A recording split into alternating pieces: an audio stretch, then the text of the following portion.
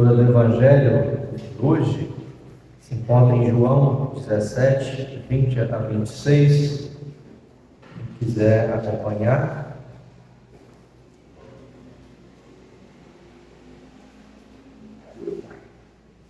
Diz assim a palavra do Senhor: Não peço somente por eles, mas também em favor das pessoas que vão crer em mim por meio da mensagem deles. E peço que todos sejam um. E assim como tu, meu Pai, estás unido comigo, e eu estou unido contigo, que todos que crerem também estejam unidos a nós, para que o mundo creia que tu me enviaste. A natureza divina que tu me deste, eu reparti com eles a fim de que possam ser um, assim como tu e eu somos um. Eu estou unido com eles e tu estás unido comigo, para que eles sejam completamente unidos, a fim de que o mundo saiba que me enviaste, e que amas os meus seguidores como também me amas. Pai, quero que onde eu estiver, aqueles que me deste estejam comigo, a fim de que vejam a minha natureza divina que tu me deste, pois me amaste antes da criação do mundo. Pai justo, o mundo não te conhece, mas eu te conheço.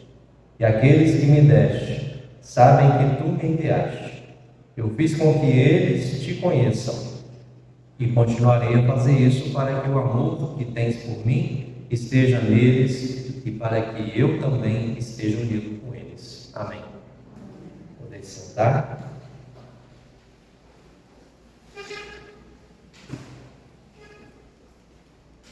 Eu não troquei o título do slide, mas é esse título aí: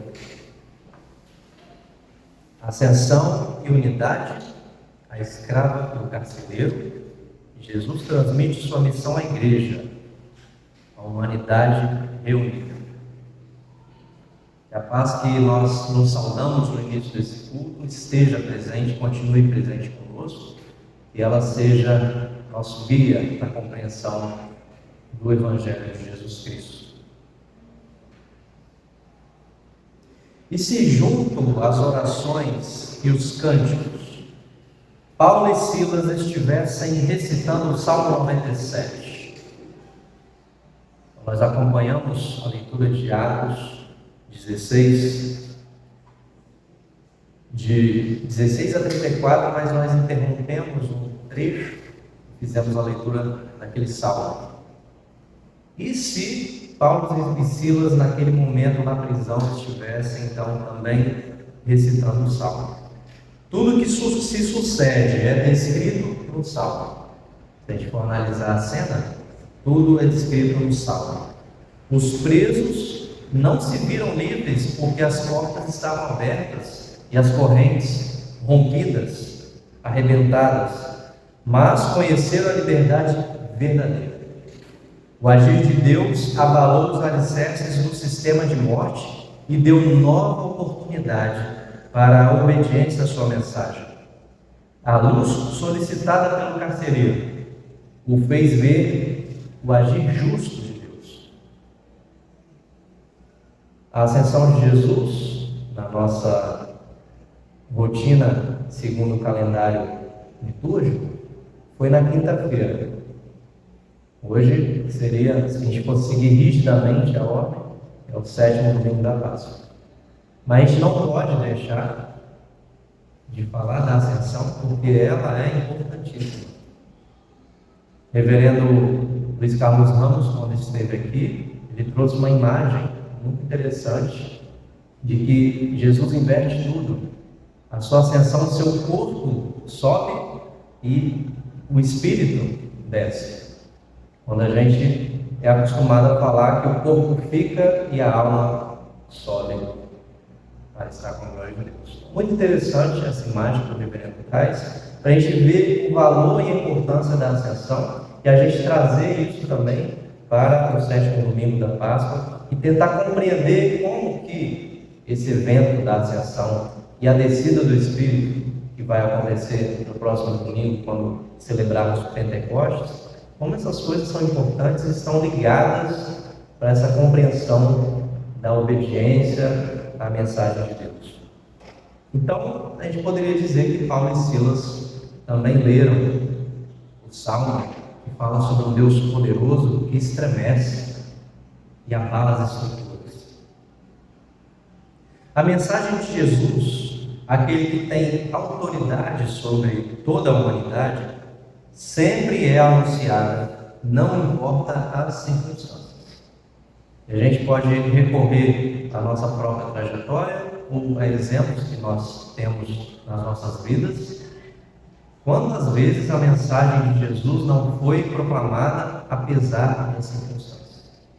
Porque a gente hoje está reunido, tudo organizado, tem um momento para a mensagem ser proclamada, mas quantas vezes você estava numa situação ruim, numa situação difícil, ou uma outra pessoa que você conhece, ou até um filme que você viu isso, e numa circunstância improvável, ou uma circunstância totalmente desfavorável, a mensagem de Jesus, ela foi sim anunciada. Por exemplo, a escrava vidente, multi-explorada, que experimentou a liberdade ao anunciar a salvação por muitos dias, seguindo Paulo e Silas. Pouco se sabe, pouco se fala sobre essa escrava, mas esse pouco mostra uma situação improvável, onde uma escrava multi-explorada, ela anuncia a salvação não por um dia, mas por vários dias, seguindo a Paulo e Silas. E estes dois, presos por libertar aquela mulher, prestam culto a Deus, proclamando a mensagem de Cristo. E ocorre uma reação em cadeia. Desculpem o trocadilho, uma reação em cadeia. Todos da carceragem, ou da cadeia, todos da carceragem são alcançados pela graça de Deus, os criminosos, os inocentes e o carcereiro e seus familiares todos. A gente começa a ver que tem uma sequência de coisas que vão acontecendo e a mensagem de Jesus vai sendo passada. A escrava e o carcereiro compartilham a mesma prisão. Uma é obrigada a viver presa e o outro é obrigado a aprender.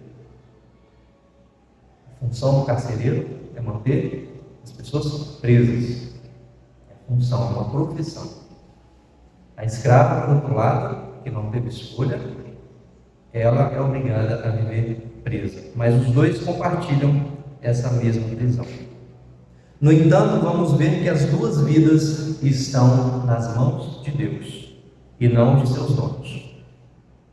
Porque a escrava tem um dono ou tem donos, e o carcereiro também. Alguém manda nele. Alguém fala, prenda. Os guarde em segurança.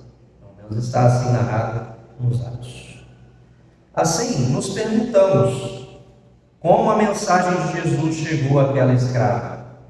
Como será que essa mensagem chegou àquela escrava? Como esse poder libertador chegou a Paulo para então alcançar o carcereiro? Como que essa mensagem ela vai passando em situações tão complexas?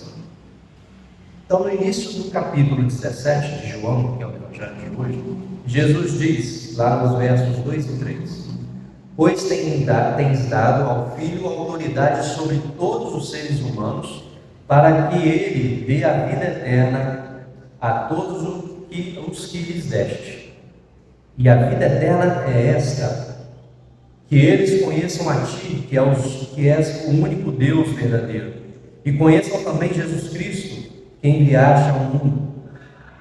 Então percebam, Jesus quer alcançar a todas as pessoas, a toda a humanidade, e tem poder para fazer sua mensagem chegar de alguma maneira a todas as pessoas.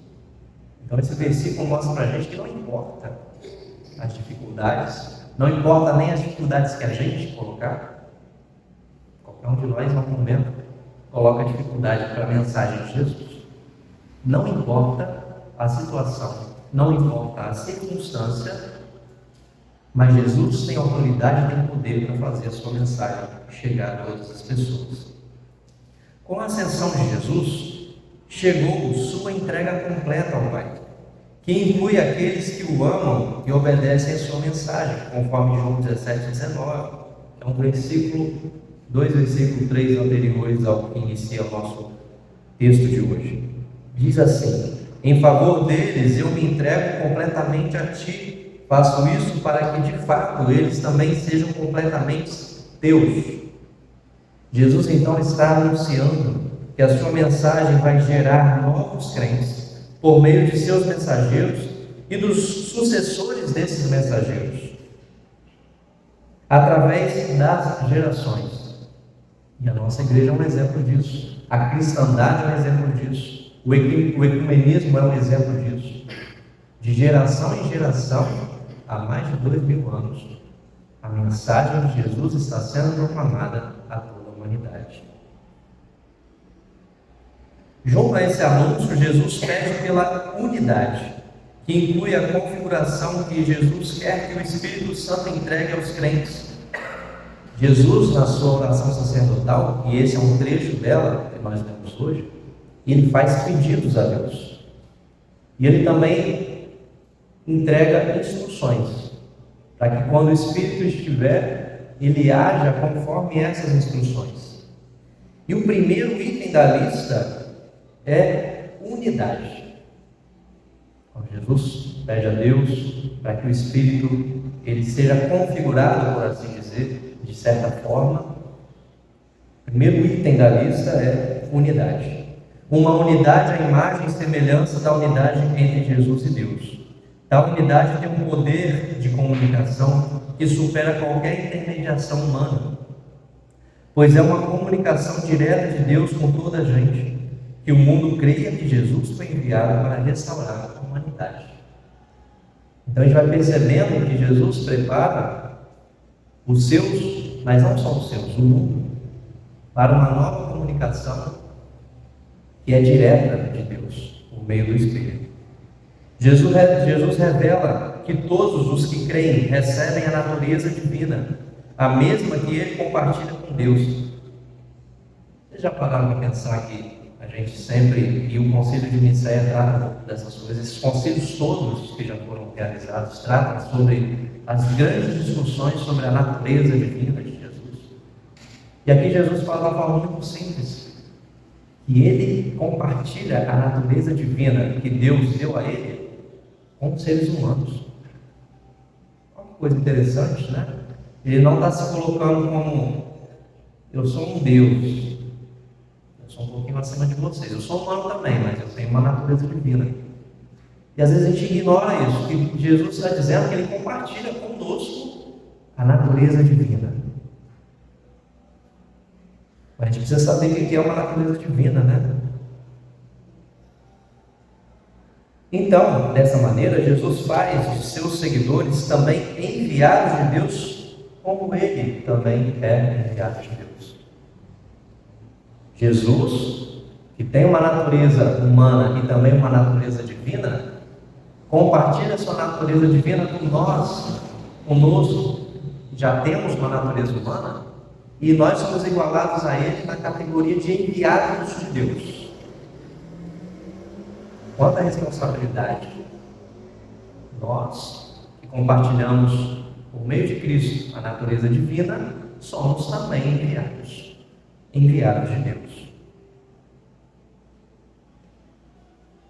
E o que é essa natureza divina? Diz o versículo 24: Pai, quero que onde eu estiver, aqueles que me deste estejam comigo, a fim de que vejam a minha natureza divina, que tu me deste, pois me amastes antes da criação do mundo. A gente precisa desvendar um pouco esse versículo para fazer sentido. Jesus aponta para o sempre, mostrando que o amor de Deus está no início e no fim, e supera até mesmo essas medidas. Diz lá no Apocalipse: eu sou o Alfa e o Ômega, o princípio e o fim. Mas nós vemos nessa fala de Jesus que antes da criação, antes do início e do fim, ele já era amado por Deus. E é essa natureza de ser amado que Jesus compartilha conosco. Então a gente pode imaginar que nós temos um amor de Deus, que Ele já nos amava antes de tudo. Assim como Ele amava Jesus antes de tudo, Ele também nos ama antes de tudo. E esse amor incomensurável, gratuito e incondicional, Jesus quer destinar e garantir àquelas pessoas que estão unidas a Ele.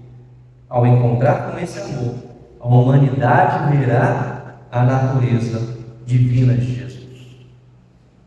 Então a importância desse amor, que existe antes de tudo, que existe antes do dia 1 da criação, que existe antes de qualquer coisa, e esse amor, Jesus compartilha conosco, para que a gente possa conhecer verdadeiramente como que Deus ama. Tem tantos exemplos na Bíblia, o exemplo da galinha, tem um exemplo onde a ovelha perdida é resgatada, e a gente vai ver tantos exemplos, mas aqui Jesus está dizendo que antes de qualquer exemplo de amor que a gente possa imaginar, Deus já amava muito e profundamente todos os seres humanos. E agora nós vamos para a nossa conclusão. Por fim, a transmissão da missão de Jesus para a igreja inclui a figura do advogado. Mas não é qualquer advogado, é um defensor público. Quem sabe como é um defensor público, sabe que ele tem que estar disposto a pegar aquele pedido, aquele clamor da pessoa que não tem condições alguma de pagar um advogado. Então, a transmissão da missão de Jesus para a igreja inclui a figura do advogado, do defensor público, que assume os cuidados dos mais vulneráveis. E diante de Deus, ainda em oração, Jesus diz nos versos 25 e 26: Pai justo, o mundo não te conhece, mas eu te conheço. E aqueles que me deste sabem que tu me enviaste.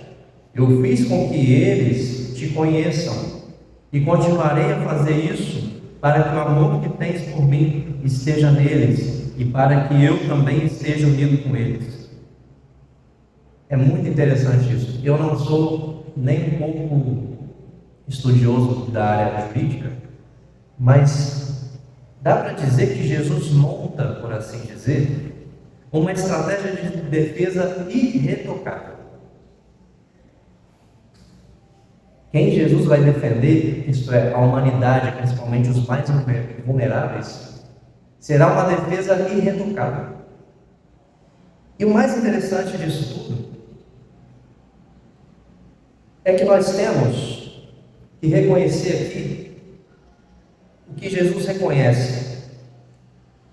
Reconhece Deus como um juiz essencialmente justo na figura de um pai. E poderia também estar no texto na figura de uma mãe, para ficar bem mais completo. Neste juízo, Jesus fixa o olhar para a unidade gerada pelo resgate da humanidade e sua reconciliação com Deus. A aderência ao corpo ressurreto e glorificado de Cristo implica em estar na presença de Deus, pois eu estou unido com eles e tu estás unido comigo, para que eles sejam completamente unidos, a fim de que o mundo saiba que me enviaste e que amas os meus seguidores como também me amas.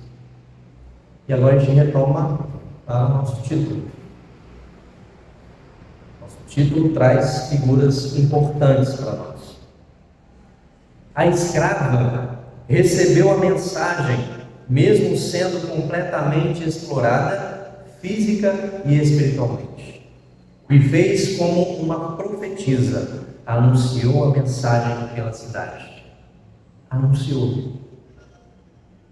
Uma escrava, ela não tinha qualquer tipo de direito, qualquer tipo de liberdade, e ela anunciou a mensagem pela cidade. Paulo, um perseguidor implacável de cristãos, tanto perseguiu que foi alcançado por Jesus Cristo.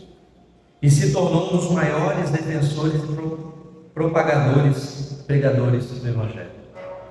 O carcereiro, a figura que nós trouxemos junto à escrava, profissão delicada que inclui manter pessoas inocentes presas.